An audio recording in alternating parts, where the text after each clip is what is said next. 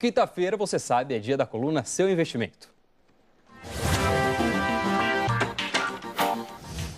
Nosso convidado de hoje, o Ricardo Amorim, vai tirar várias dúvidas sobre investimentos. Para isso, a gente foi às ruas ouvir quais são as suas angústias na hora de investir melhor o dinheiro. E a primeira pergunta tem a ver com a aplicação em bolsa. Vamos dar uma olhada. Eu tenho muita dúvida sobre a própria aplicação na bolsa. Qual a melhor forma de investir, qual a quantia e em quanto tempo eu posso resgatar esse valor, né? Bolsa. Quanto investir e para qual prazo, então? Bom, o quanto investir, na realidade você pode investir quantias pequenas, não tem nenhum tipo de limitação em relação à quantia. E o prazo também não tem um prazo mínimo que você tenha que investir, ao contrário. Há operações chamadas de day trade, onde o pessoal compra e vende no mesmo dia. Agora, para alguém que não tem o hábito de investir em bolsa, o mais recomendado não é fazer um investimento a curto prazo. Pelo contrário, é só investir um dinheiro que ele pretende manter investido por um bom tempo e a princípio, deixar esse dinheiro investido por um prazo mais longo. E quanto tempo é um bom tempo? Eu diria que um bom tempo são alguns anos.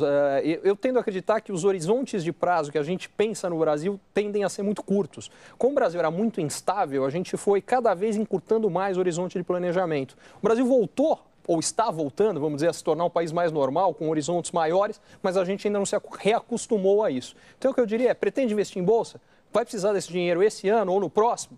Eu diria para ser cuidadoso ou para não investir em bolsa. Pretende deixar por 2, 3, 5, 10 anos?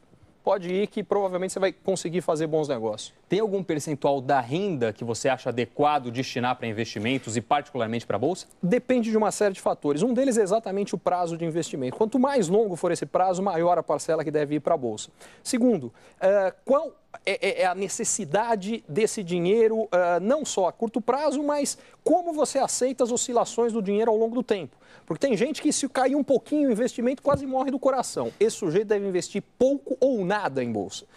Então, tem uma série de fatores que têm que ser levados em consideração. Mas o que eu diria é, a maior parte dos brasileiros deveria investir mais em bolsa do que investe. Pela mesma razão, como o Brasil era muito instável, a bolsa também era, as pessoas tinham medo, investiam por horizontes muito curtos e quantidades muito pequenas. Como a taxa de juros está caindo, a única forma de conseguir uma remuneração melhor é aumentando outros investimentos e particularmente em bolsa. E você preparou para a gente uma espécie de um diagrama para entender quando é interessante fazer um investimento, né? A gente vai dar uma olhada, vai aparecer aí na tela agora.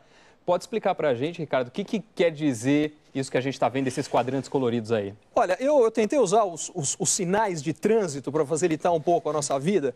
Tem dois fatores para você olhar para qualquer investimento. Pode ser em bolsa, pode ser em imóvel, pode ser em ouro, pode ser em moedas, pode ser em renda fixa. O primeiro fator é como é que são os fundamentos, como é que é a perspectiva para o que rege aquele investimento. Segundo, é o preço. Porque não adianta você falar em alguma coisa, olha, isso aqui teoricamente tem boas perspectivas, mas se tiver caro. O melhor quadrante para você investir é aquele verdinho, quando o preço é baixo e as perspectivas são muito favoráveis. É aí onde as fortunas são feitas, é aí que você coloca o dinheiro para trabalhar a seu favor. É onde tem as grandes barganhas, as grandes oportunidades. O oposto é quando o preço está caro, e, além disso, as perspectivas são ruins, que é aquele quadrantezinho vermelho. Eu vou dar dois exemplos relacionados à Bolsa. Por exemplo, a gente teve um caso em 91 no Japão, onde o preço das ações, na média da Bolsa japonesa, equivalia a mais ou menos 100 anos de lucros das empresas. O que se imaginava é que o Japão ia crescer ad eterno muito rápido, que não foi o que aconteceu. As perspectivas, na realidade, eram ruins e o preço era muito alto. Quem investiu na Bolsa japonesa em 91, hoje tem 30% do que tinha há 22 anos, o que acaba com um mito que investimento de bolsa no longo prazo, e 22 anos me parece longo prazo suficiente, enorme, sempre é bom.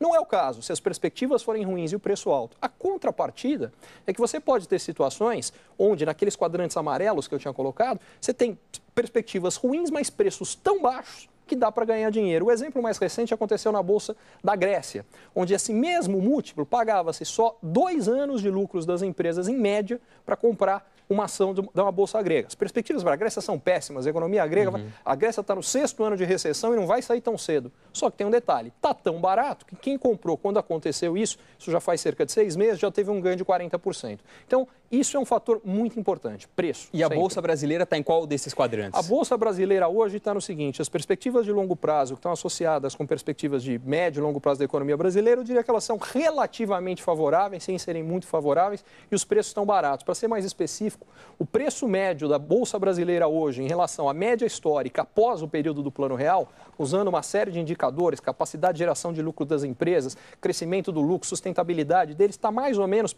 por uma série de parâmetros que a gente usa, 26% abaixo da média desse período. Em outras palavras, está 26% mais barato. Só tem um problema, por um estudo que eu fiz, toda vez que a gente está num processo de ajuste de preços, pelo menos ela chegou a ficar 40% mais barato. Em resumo, está barata, provavelmente vai ficar mais barata antes de sustentar um movimento de alta.